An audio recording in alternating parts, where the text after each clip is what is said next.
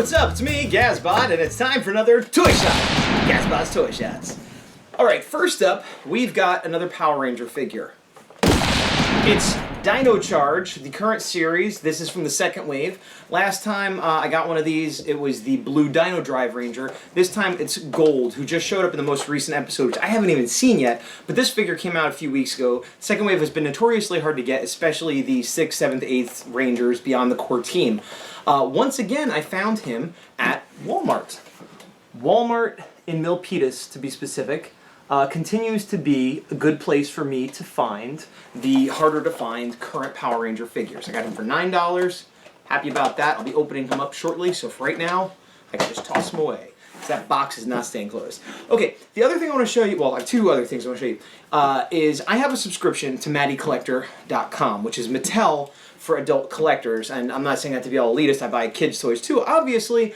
However, it's an online service only. You can sometimes get them at toy shows, but they don't show up at Toys R Us or Target or places like that. I first saw this a couple years ago because they have the Masters of the Universe line, which is what these figures are from. And I have had it before, didn't get it last year, then got it this year, and I somewhat regret it. Here's what I got first, though. This is MultiBot. He is from the later series. This is a new figure based on the original He-Man toy line. Not so much the cartoon. They actually started producing figures based on the cartoon just in the more recent years. They've been doing it about 5 or 6 years. The reason I say I regret the subscription is it saves you money on shipping, and I also get a quarterly thing so that instead of getting a figure every single month, I get 4 big shipments. So it definitely saves me on shipping. But you don't get a choice on what figure you get. So while MultiBot is a figure I want and I'm happy with, and he was sort of, there's a character called Modulok who was with the Horde, and he was in the She-Ra cartoons and the crossover with He-Man. This was more of the mechanical version of that character, which I had as a kid, and I didn't have Modulok until much later, so I actually have more sentimentality for this character, and I like robots. The reason I regret the subscription is because last year I didn't get it, and almost every month I'm like, oh, I wanted that figure, and you know. This year, I've gotten less figures than I want. I've gotten 3 shipments, and I think I've kept 4 of those figures total. This is one of them, and I'm happy about it. But the other thing is, some of the figures that I want are not included in the subscription, and you could still purchase them, but they won't add it in, so you'll have to pay double shipping.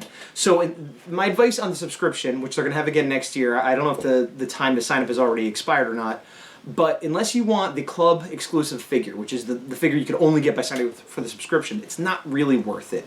Or if you're a reseller and you enjoy trading and selling the extra figures. For me, it's an annoyance to have these extra figures to have to sell and trade, because I just want the ones I want. And I didn't really care about the exclusive figure this year. However, MultiBot, I enjoy. I don't have a price on him off the top of my head. I'll put it in the description when I put it up. The other figure, this is actually from last month's shipment, but I just got around to looking at it. This one I just got today.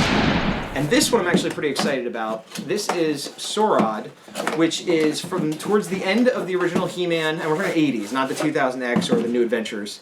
Towards the end of the line, they made a bunch of figures based off of the live-action He-Man movie, starring Dolph Lundgren. This was one of them. There's Blade, Saurod, Gwildor. Those are the 3 I can think of off the top of my head. Now, they, there's some dust on my table. Be gone!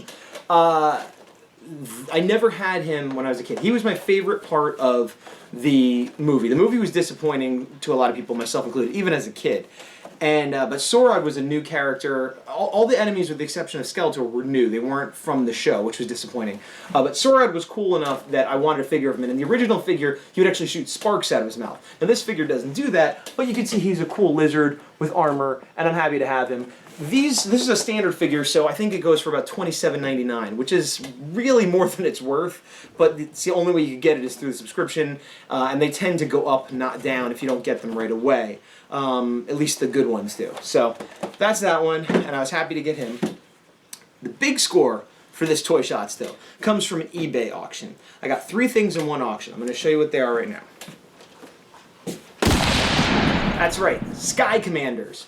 A quintessentially 80s. Not quintessentially 80s in the sense that everybody remembers it, the way they remember Transformers and G.I. Joe and He-Man and, things like that. Quintessentially 80s in that they're a gimmicky toy line first, then characters in a TV show later. Nobody really remembers them. They're brightly colored, ridiculous. Don't really make sense if you think about them too much, but they're pretty awesome. So the first one I have here is Cable Cannon with Pete Crane.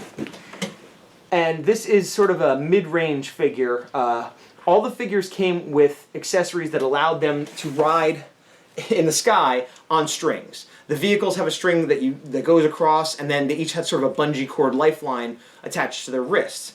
This is sort of a mid-size vehicle. The regular figures, like this one, which is Rollerball with General Summit, and you can tell these are the good guys because they're sort of red and orange.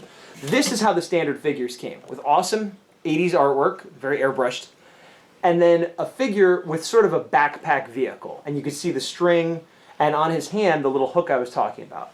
So this was sort of the standard figure, and I remember them costing in the neighborhood of $7 or $8 when I was a kid. And that's exactly what I got these for. This one, and this one. This is Cable Raider with Raider Wrath. Now, when I was a kid, I only had 2 Skycommanders to my name. One I got much later for Christmas or birthday, and I'm sure it came out of a discount bin because it was years after they even came out. One I got when it was still new, and it was this guy. This was a bad guy.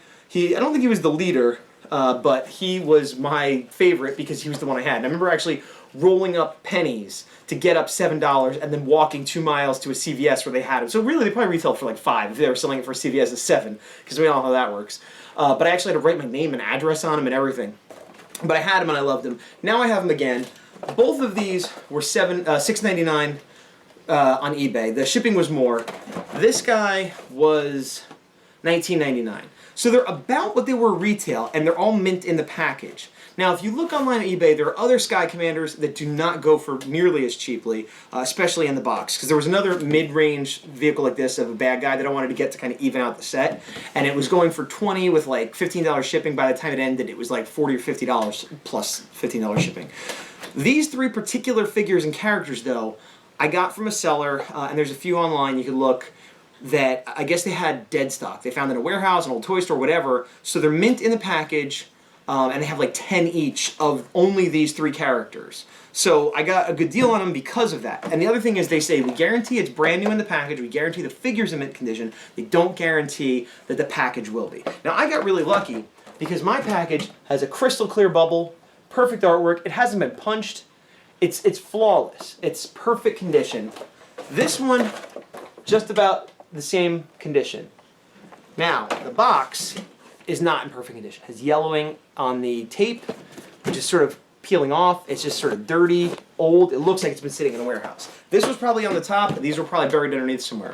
However, I plan on opening all of these. So the condition of the box is sort of academic. It's a bummer, though, because this one that has the messed up box is the one that I could easily repackage. These, being a blister card, once I open them, they're destroyed. Now, I'll save the card back because they have cool art and they're vintage, but it's almost a bummer that, again, like I wish they were beat up or came loose because I want to hang them up. And that's the other thing. I am running out of places to store things. You can see my Transformers case behind me. I have a Star Wars case. We have a Sentai case. I didn't have room to start a new collection, but I realized the whole gimmick of these guys, which really makes no sense, is that they shoot strings and battle in the air.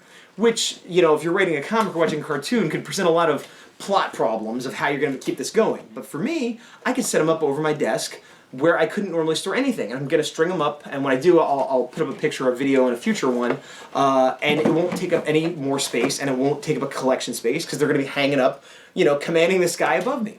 So I'm very happy with these, and if you have any interest in these, I suggest you go on eBay, look for these 3 specifically, and you'll be able to get a pretty good deal. I had the problem of, they were listed separately, and they said there was combined shipping, and I got it, but I had to kind of argue back and forth and explain, no, I'm getting 3 together. You said you have combined shipping, and they gave me a little bit off, but then later I saw they did have a combined lot of all 3 for actually a little bit less than I paid for it. I think it's a communication barrier more than that they're trying to rip me off. So, Skycommanders, big thumbs up from this guy, and that'll be the end of another Gazbots.